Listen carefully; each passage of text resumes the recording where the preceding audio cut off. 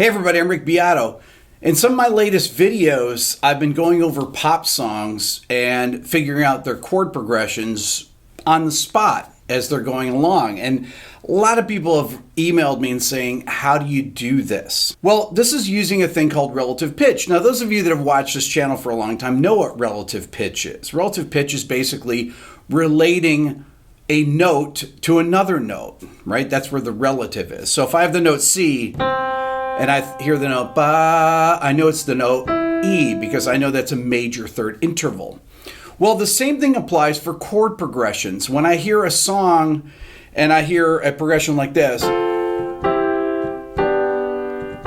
I know it's 4, 1, 5, 1. Now, what do those chord symbols mean? What does 4, 1, 5, 1 even mean? Well, in a major key, there are 7 chords. The 1 chord in C major is major. The 2 chord is D minor. The 3 chord's E minor. The 4 chord's F major. 5 chord is G major. 6 chord is A minor. And the 7th chord is B diminished, and then it is back to C major. Those are called your Roman numerals, or in Nashville, they call those the Nashville numbered chords. The 1 chord is always major, the 4 chord is always major, and the 5 chord is always major in a major key. The 2, 3, and 6 chords are minor, and the 7th chord, or the chord built on the 7th scale degree, is diminished. Now, how do you actually know these things when you hear them? The things that I listen for, number 1 is the root movement and the chord quality. Now, the root is not always in the bass, but many times in pop music, most of the time in pop music, it is in the bass. So when I'm listening to a progression, I hear the bass go. I hear 1, 6, 4, 5, 1. Next, you need to figure out what the quality of the chords are. Now, the quality is whether it's major, minor, diminished, augmented. In pop songs today, most of the chords are major and minor, but you do have sus chords. Sus2 and sus4 chords are very common.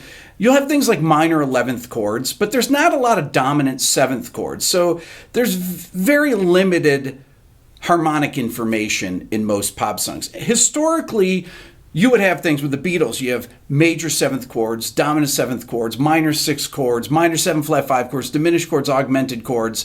That was common in music in the 60s, 70s, and started to be less common after that. Figuring out the chord quality takes a little bit of practice. That's a major chord, major, minor, major. I played 1, 5, 6, 4. All those chords come from the key of C major. So I played C, G, A minor, F. Those are called diatonic chords when they all come from the same key. When I did the video of the top 10 songs on Spotify, there was only one song that had one chord that was non-diatonic. One of the songs had a major 3 chord. In a major key, the 3 chord is minor. Okay, in the key of C major, it would be E minor. In this case, if it was a major 3 chord, it would be E major. Many times songs do not start on the tonic. Maybe you'll start on the 6 chord, you could start on the 2 chord, the 4 chord, the 5 chord. Some songs start on the 1 chord, a lot of songs start on the 1 chord.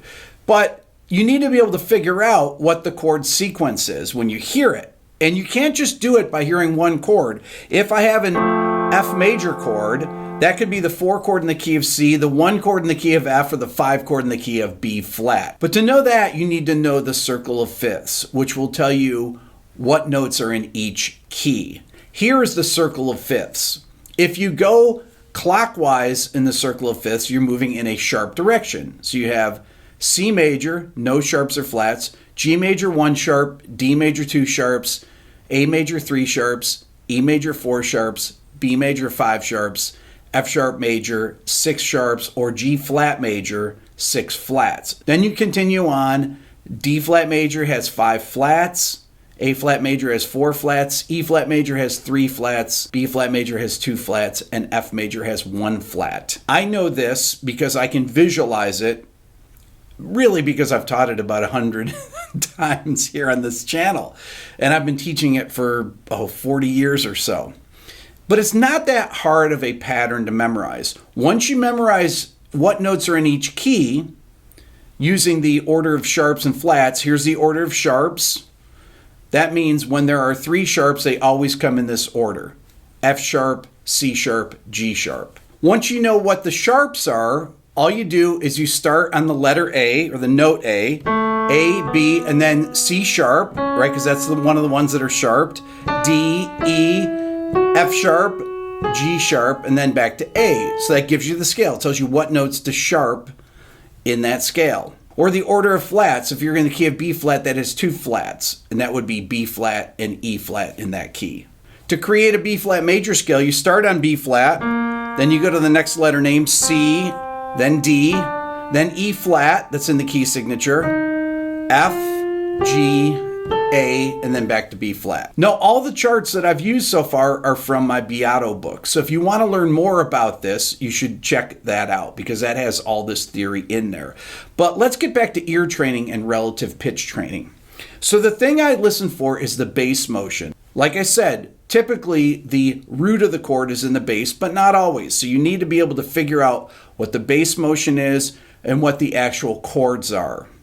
The skill you need to develop in order to get really good at this and fast is intervals. If you can master intervals, you can master what the bass motion is. Is the bass going up a major third? Is it going down a minor third? Is it going up a perfect fifth? Is it going down a perfect fourth?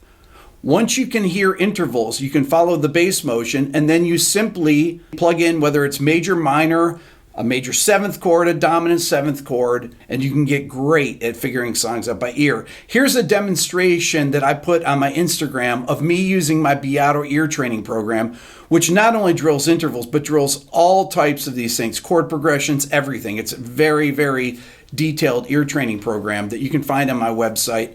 But this is me doing intervals. Quick lesson. First thing I do every morning before I even practice the guitar, as soon as I get in, is work on some relative pitch training using my Beato ear training method. I'm going to do random intervals.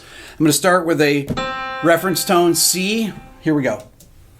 D, B flat, C, G, A flat, D, B flat, B, F, A flat, C, G, B, F sharp, E, D, C, G, E, A, F sharp, D, E flat, B flat, F, A flat, E, C, E flat.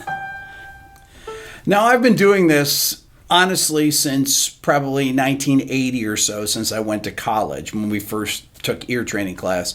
So these intervals are very easy for me to do. It's almost as if I have perfect pitch. Once you get good at this by drilling it over and over, you can figure out songs. I mean, that's all chromatic intervals. Imagine with just simple songs that you hear on the radio, just identifying things that are just in one scale. It makes it so easy. Most of the songs that I played in that Spotify video, even though it was on keyboard, some of them were on guitar, but most of them were on keyboards. They almost all use 1, 4, 5, and 6. Some of them use 2, but you've got, say you're in the key of G. So I went 4, 1, 5, 6. But the 4 chord, later on you'll hear, oh, that's C add 9. You begin to recognize these things. So I hear that da, that note in the chord. That note is the add 9. So you start to recognize the quality of these chords as you develop your ear. So I say C add 9, G, maybe D sus 4. Da. I hear that note. This would be D major. This is D sus 4, and then that's E minor 7. Those little subtleties, well, like I said, as you develop your ear, you start to pick those out really quickly as well. All this takes is practice. You'd be amazed at how quickly you can develop your ear to be able to recognize intervals and the quality of chords to be able to figure out any song that you want by ear. That's all for now. Don't forget to subscribe. If you're a first-time viewer, ring the bell. That'll let you know when I go live and when a new video comes out. Give it a thumbs up. Leave a comment. That's very important. If you're interested in the Beato book, go to my website at www.rickbeato.com. Follow me on Instagram at rickbeato1. Check out the new Beato ear training program at beatoeartraining.com. And if you want to support the channel even more, think about becoming a member of the Beato Club. Thanks for watching.